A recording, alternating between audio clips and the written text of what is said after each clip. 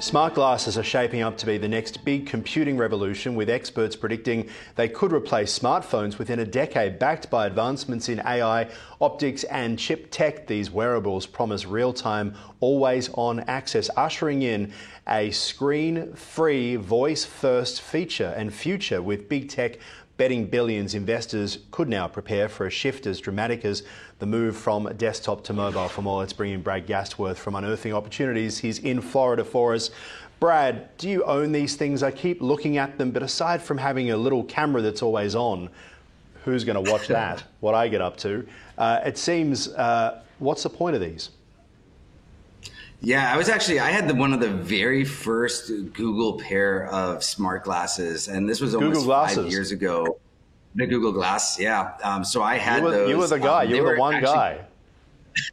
I was doing it for testing it out, just to see how it actually would play out.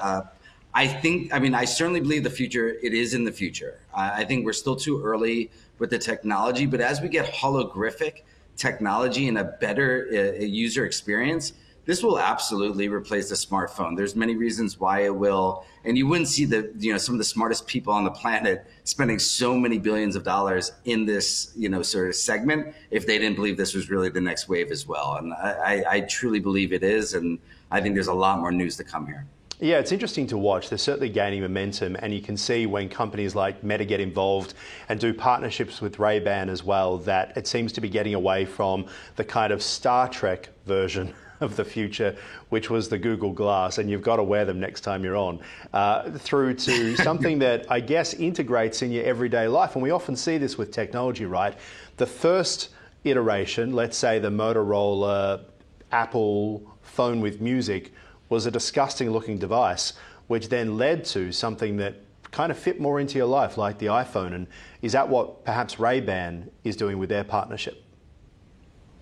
Yeah, and I think if you also, it's a great sort of analogy and a way to look back. But if you look at the original smartphones and even Research in Motion that had that major lead on the enterprise side and completely lost all of its market share on the handheld device just because of form factor. And I think, with Ray-Ban, they're doing it from a product segment, but from the technology that's going to be advancing these things, we're very close. So, I really see this as being a good tool from both the tech giants, but even from product companies like a Ray-Ban or a Prada or whoever else is going to partner with these technology companies. But ultimately, the use cases, we're getting there. And like even the new Google glasses where you can look down and see the map while you're walking, you have a hands-free experience.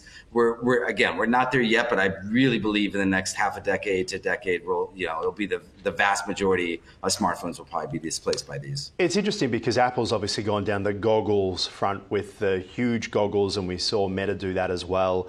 And that was kind of technology a few years ago, and now it seems to be moving more into something portable, something that you don't look like you've stepped off the Starship Enterprise when you're using, something that is perhaps a bit more socially acceptable. Do you see Apple going down the path? Anyone who reads Mac Rumors and those websites will tell you that it was going to happen 2 years ago, but there's still no sign.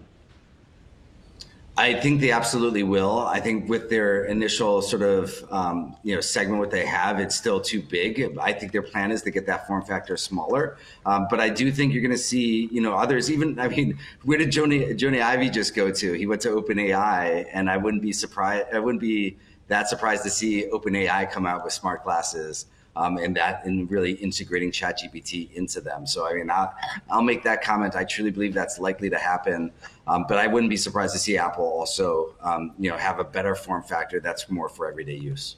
Yeah, well, there they are. Of course, I haven't even tried them on. To me, they just feel like you'd spend so much money on something that I just can't work out what you would actually use them for. Not to mention the battery life.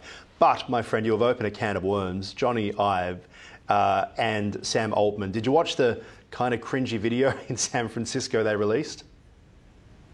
I've seen a few of the segments together. What are they going to work on here, right? So Jony Ive, the guy behind the iPhone, the guy who brought us the beautiful designs of Apple, now getting together with the future of technology. But how do they make sure that it isn't that terrible rabbit device, the one that was all about an AI wearable tech that went nowhere?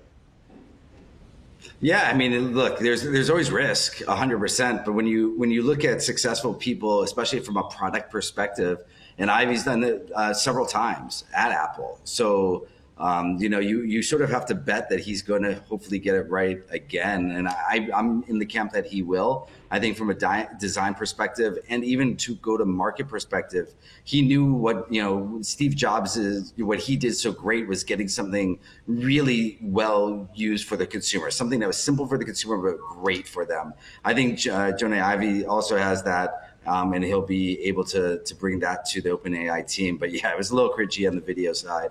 We'll see what happens.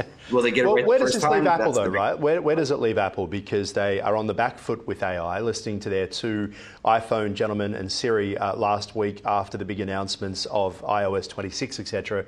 They were talking down AI. They were saying, we've been trying, we've been using it, but in reality, it doesn't pass the Apple test. It's not ready yet.